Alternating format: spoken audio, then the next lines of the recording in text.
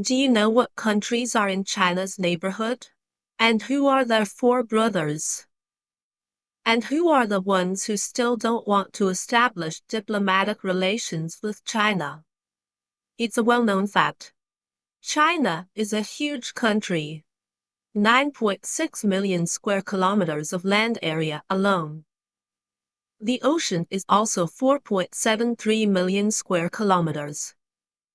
The total area is about 14.33 million square kilometers. Third largest in the world. Second only to Russia and Canada. The northernmost point of China. It's the main channel of the Heilongjiang River north of Mo. Centerline. The southernmost point is in the South China Sea near Zhangwandisha. It's almost 5,500 kilometers across. However, due to the large span, the temperature difference between the two places is huge, up to about 70 degrees Celsius.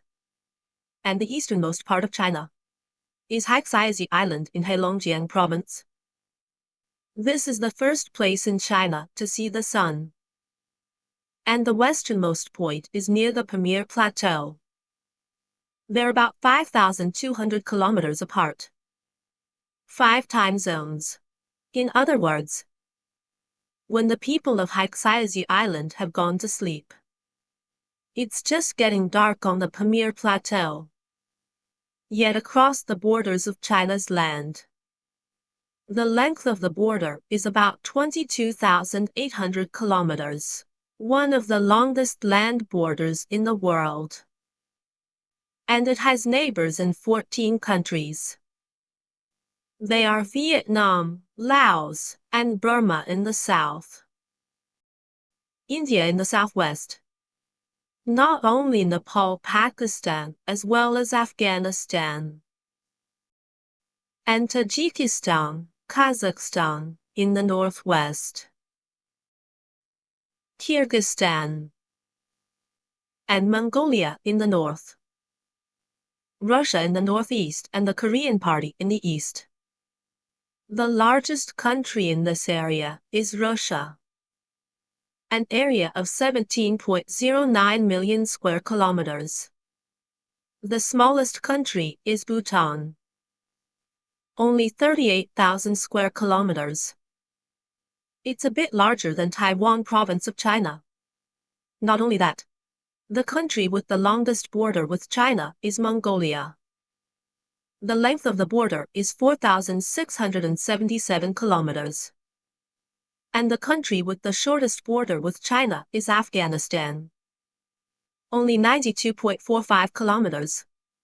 Back to Chinese waters again. The length of the mainland coastline is about 18,000 kilometers.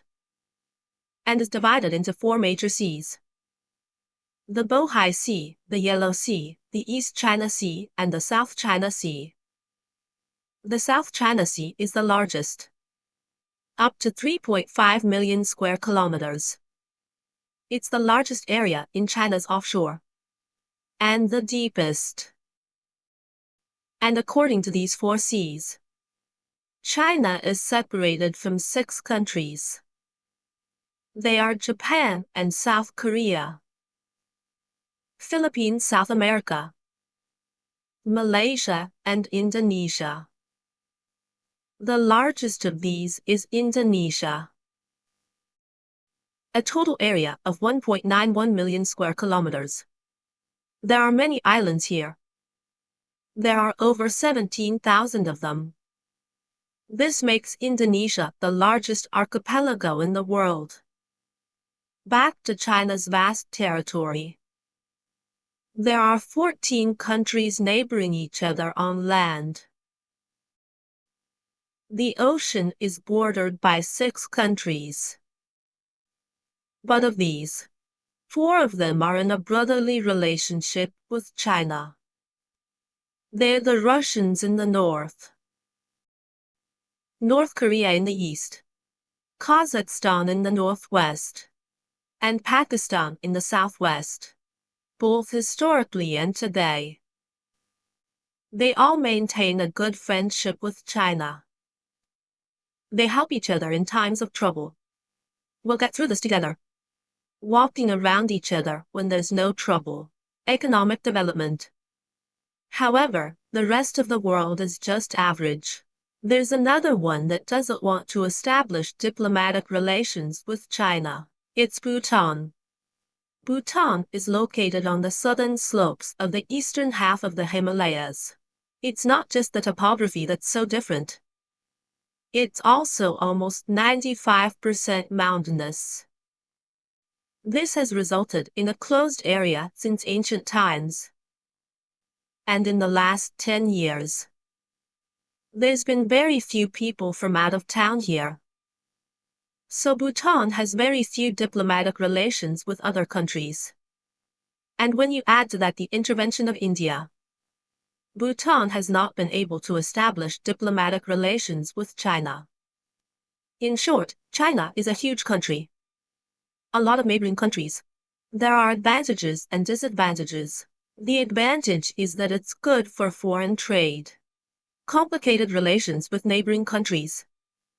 If not handled correctly, it will bring disaster. So it's very important to know how to weigh the trade-offs. And that's something that's going to be very important. What else do you know about the geography of China? Welcome to the comment section.